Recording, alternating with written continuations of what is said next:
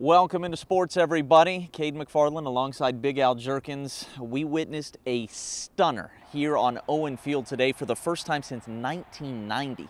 OU loses to Iowa State. The Sooners were a 31-point favorite.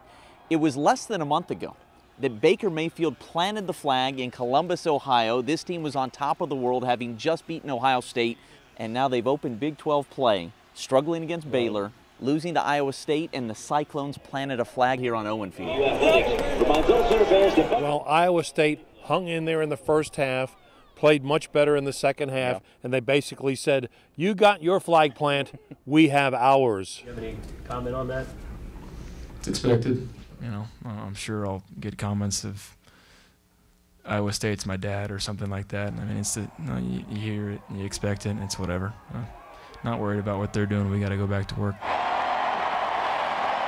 It remains very difficult to wrap your brain around what has happened. What happened to these guys who were basically perfect against Ohio State less than a month ago?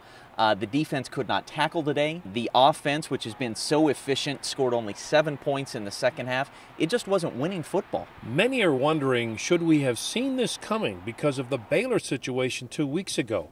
Wide open receivers for the Bears. They took the lead. OU was good enough to come back against a bad Baylor team, but they were not good enough to come back with an average Iowa State team getting the lead. That's what the shocking thing is to me. Kind of had 2 games in a row, we get to that point where we've got a chance to really separate in the game, and we obviously did not do that. We've got to be able to maintain it. When we get a chance to knock people out, we got to do it. Something you can't do.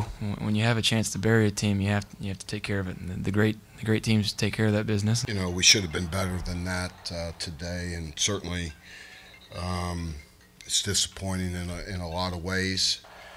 You know, some of the old scars kind of, repeated itself again.